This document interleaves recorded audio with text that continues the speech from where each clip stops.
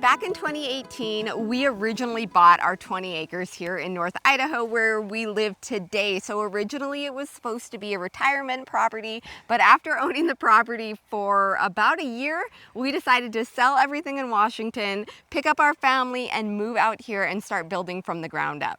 So originally we had 20 acres, but our goal was always to build a legacy property and something that we could expand on with our family. Yeah, that's been our hope and our vision since day one. And we thought and hoped that we could accomplish that on the original 20 acres that we bought. But as you can make out by today's video and title, we actually purchased more land, which is really exciting for us. And this whole thing really just seemed like a dream from the very start. So to be able to say that we are in this position today to where we acquired even more land is very exciting. And the best part is that this land that we purchased here is adjacent to our existing property. So we're actually just expanding upon what it is that we already had. Yeah, so like we said, we always wanted it to be an option for our kids to build here if they wanted to. And so as they started looking at different lots that they maybe wanted to build their own houses at, we started to get a little concerned about our hayfield. So we did move to a hayfield. It's alfalfa and timothy. And then we started developing it. And as we started doing that, we started losing hay. And we do have horses and sheep, and maybe we'll add more livestock in the future.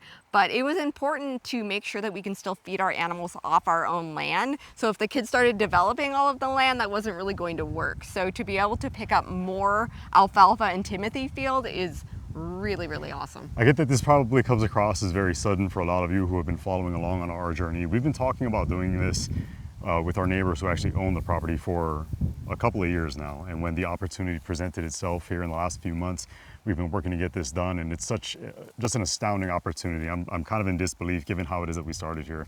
So anyone that's been following us knows that we have been on a debt-free journey for quite a while now. And when we moved out here, we were debt-free, and we promised ourselves we would try everything we could to remain that way. So yes, we wanted to purchase more property right away, but we needed to be diligent and we needed to be patient, and it has definitely taken some time. So it was very important for us to pay cash for this property, which is what we did, which is why it took so long. But we're here, and this morning we got the call. So you guys watched us go in to title last week and sign for the property, and we're really excited, but we didn't want to officially announce it until we actually got the call. We got the call this morning, and now the land is officially ours. So we really don't have any immediate plans for this land now that we have legally acquired it. Yeah. Now that it's all one big lot that we now live on, which again is so crazy to say. But we do have a lot of ideas that we've been kicking around, and this will just be a part of our journey moving forward in the coming years. Yeah, we do have some big plans for the property as a whole now that we're kind of done with the major infrastructure, at least for now. We're going to see when the kids get a little bit older for the time being.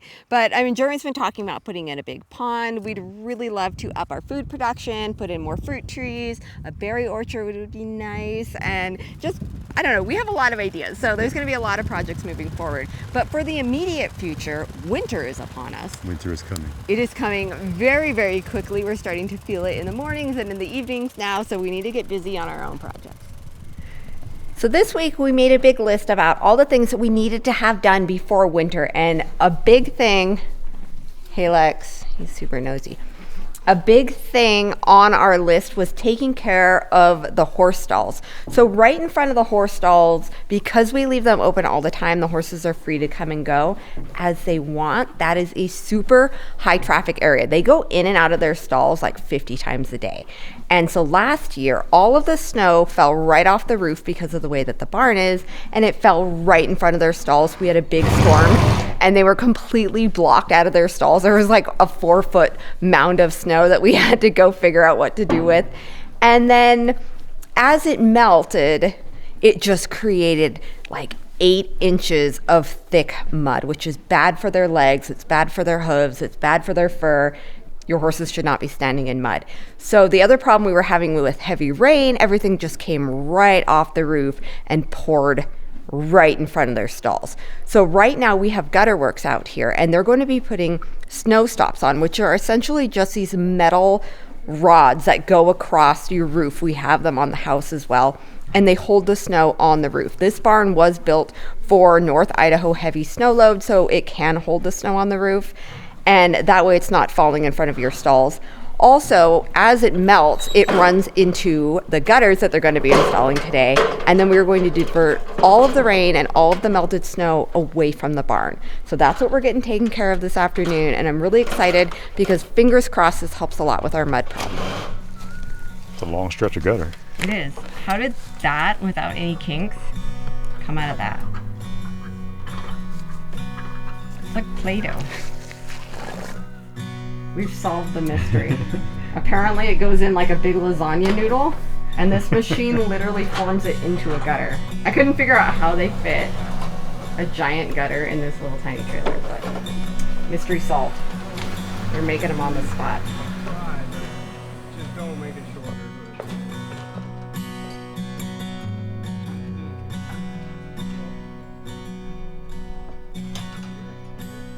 While we were dealing with the gutters, Ludo decided to knock over a mason jar and then step on it. So there's blood all over in the shop. Like, it looks like something got butchered in there. We just wrapped it up really quickly to see if we could stop the bleeding, but he is going to need some stitches. So when you have a lot of animals and you live on a homestead or a farm or whatever property you live on, you learn to do stitches. So we have a Dermabond, which is a liquid stitch, and it's a lot better than doing sutures because they can't really chew at it and they don't really notice it. So we're gonna see if his bleeding has stopped and then see if we can glue this guy's foot back together. Don't eat that. Okay. Don't cry. I know that hurts. It's gotta be clean, buddy. I know. I know. So it has to be clean. You cannot seal it up if you don't clean it. So that's just some antiseptic wash. It's not that big of a cut, but it's really deep. He just kind of filleted it. So we want to make sure that he's not getting any dirt or infection in that. So this is a Dermabond. It is essentially blue, sterile, purple, sterile super glue. Eliza sported this before on an eyebrow when he decided to go one-on-one with a bunk bed. So it's a pretty easy product to use. I highly recommend everybody have this in their home if they're gonna have a bunch of animals or boys. It's a lifesaver and it will save you a trip to the ER. And then you pinch it together and you need to hold it together for about a minute. He gets puppy ice cream after this. Oh, he gets an ice cream for getting into these shenanigans, does he? I don't know if we should be rewarding this behavior, Ludo. There you have it. We went from a big open wound to being nicely sealed. It's all cleaned up, so he's probably going to look at it, but that shouldn't hurt it too badly. And it's just better than actual stitches for dogs because they just won't leave him alone. So we've had really good luck with it, and that should help it heal, and that will just kind of wear off and then eventually fall out once he's all healed up. All right, Ludo, you're free, man.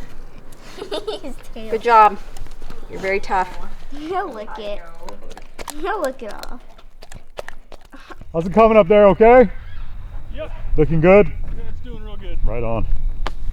Came back to check on the progress that's being made out here at the barn. As you can see behind me, we have one stretch of gutter that is up on the south side, along with some snow stops that are up on the roof, which should help tremendously come winter and spring with all the runoff that we get from this really large roof. So they're installing the snow stops on the opposite side of the barn, and we are planning to do our downspouts here along the front, kind of where this ladder is, just because of the terrain. We want to make sure that no water comes off of the roof, out of the gutters, and then runs back into the barn. Since we don't have a floor in there yet, water runoff is a concern. So we will have two downspouts, one on each side, Melissa, each side. Thank you. Of the barn. All right, the guys are just finishing up the second gutter and then they're going to attach the downspout, and I think we're going to call it a day. We actually had a project that we were going to do today, but this took the better part of the afternoon and it's dinner time, so we're going to pick this up tomorrow. We're going to get busy.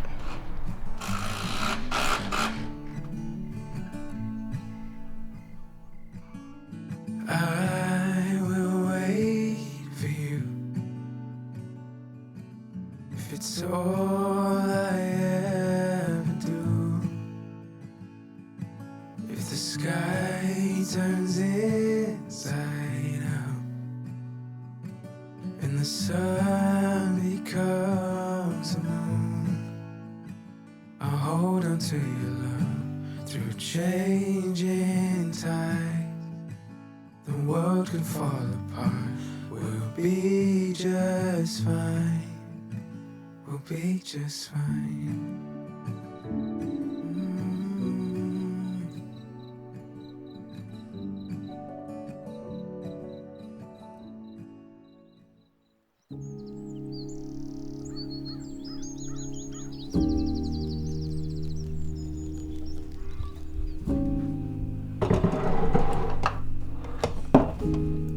All right, you guys, you know all those random phishing calls and emails that we get? Well, they're not only very annoying, but they are a sign that your personal information is probably being sold online, which puts you at a much higher risk of scammers and even worse, identity theft. When we first signed up for Delete Me, who also happens to be the sponsor of today's video, they found hundreds of listings with our private data just a year ago. On our first report, they found Germanized private information in over 300 places. But then on last month's report, they only found 5 listings, which is a massive improvement. And then their privacy experts took it from there to make sure that those listings were removed as well. The cool thing about Delete Me is they are always continually scanning the web to make sure that our data doesn't pop up again. It's pretty much impossible to keep your private data off the internet because there are data brokers out there that use government sites, public information sites, and even your own social media to steal your information. But Delete Me can help so much by scouring the web, identifying those listings, and then having them removed on your behalf, which is going to save you a huge headache and a lot of time. We signed up for the family plan because that allows us to protect every member of the family under one convenient plan, which is particularly important if you have elderly family members because so sadly they tend to be the target of these scammers. To give Delete Me a try and take the first steps towards protecting your personal information online, just click the link below or go to joindeleteme.com/GSL and use our code GSL to get 20% off all consumer plans. So you want to take your tool across the chainsaw in that direction, make sense? Ludo, come on, man. No, it's not playtime. It's not playtime. It's not playtime. So we've officially reached that stage, that part of the year where I feel a lot of anxiety because fall and winter are coming. We know it, we can sense it.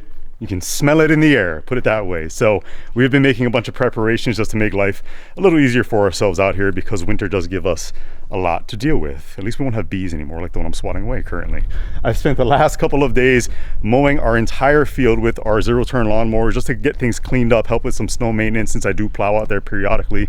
And then this way we won't have to see all of the dormant alfalfa sticking up through the snow, which always looks really, really ugly. We have our chainsaws all fueled up.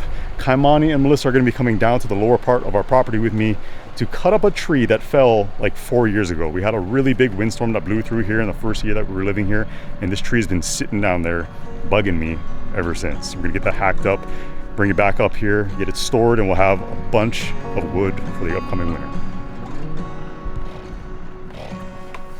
Leave all your worries at the door. Oh, you don't need them anymore. I've got you now. Hold on to me, don't let me go. Oh, if you find it hard to breathe, I'll show you how.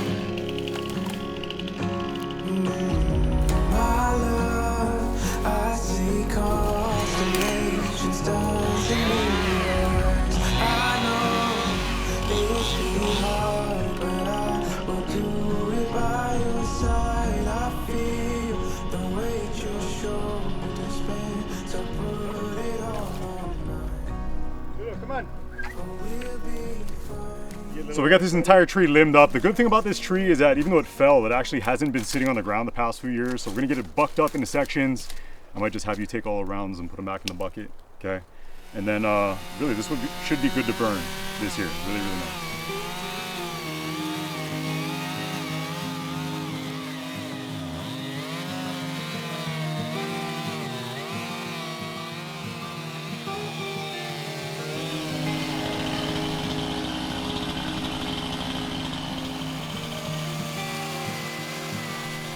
Firewood warms you twice. Once when you're cutting it and once when you're burning it.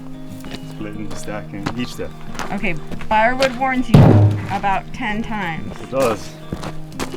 Be worth it in a few weeks, though.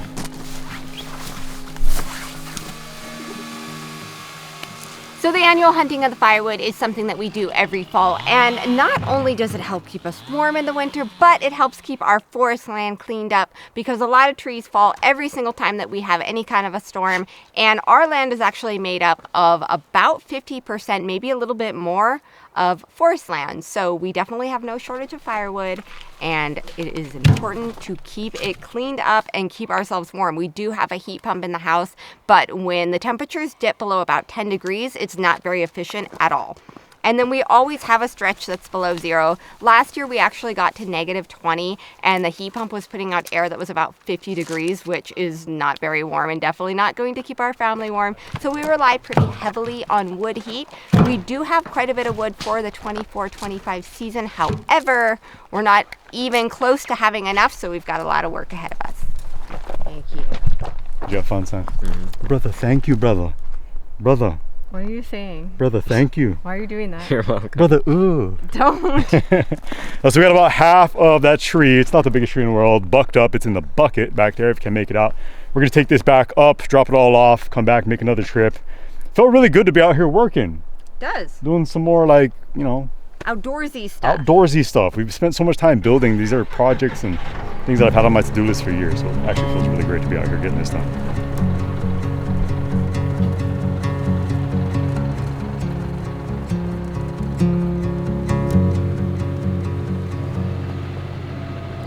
I've seen the world 1,000 times, spent a while Right, here we go. in the sky. Last load of the day. I'm in a place Animal I stripped. never knew.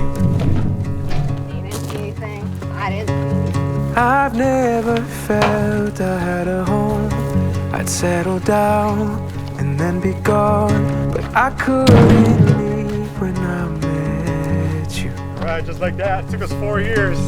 You stopped Finally took care of my that shit. 4 tracks. years and a couple hours. Not So lucky. looking back, so I won't go so far that I couldn't have you close. 'Cause you turned my heart, thought I'd let you know that I found what I need. It's different now. You've been my reason to stick around. Now all my defenses are falling down. You're the meaning of home to me.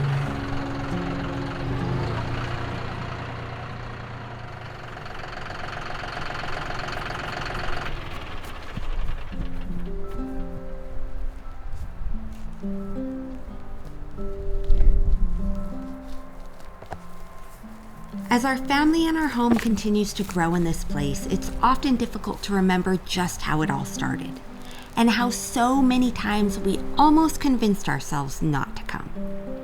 One decision, one conversation, one teeny tiny fear that we allowed to take hold could have changed the course of it all.